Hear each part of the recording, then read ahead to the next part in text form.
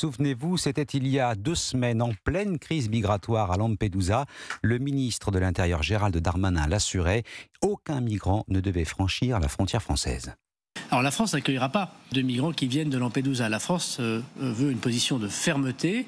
Il y a une immigration irrégulière en Europe qu'il faut combattre. Et ce n'est pas en accueillant plus de personnes qu'on va tarir un flux qui évidemment touche nos capacités d'intégration. La fermeté du ministre Gérald Darmanin, la réalité des faits, des migrants ont bien franchi la frontière dans la région de Menton, principal point de passage entre la France et l'Italie. Le renforcement des contrôles ne les a pas empêchés de passer. On ignore leur nombre, mais Thibaut Hu en a rencontré à Paris, dans le 18e arrondissement. Reportage.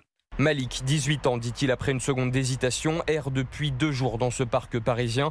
Casquette noire, pull à capuche déchirée, il a quitté son pays, la Guinée-Bissau, du jour au lendemain. Selon lui, pour sa sécurité, avec lui, des dizaines d'autres attendent ici, sans solution. Tous ont tenté le voyage par la mer après avoir payé des passeurs pour échouer à Lampedusa. Malik n'oubliera jamais son voyage en bateau. C'était un tout petit bateau avec 37 personnes à bord. Pendant plus de 3 jours, il n'y avait plus de carburant, plus de nourriture, on sentait la mort venir. Les yeux embués de larmes, le jeune Africain a senti dès son arrivée en France une certaine hostilité qu'il accepte. Ce n'est pas accueillant ici, mais je comprends que la France ferme ses frontières.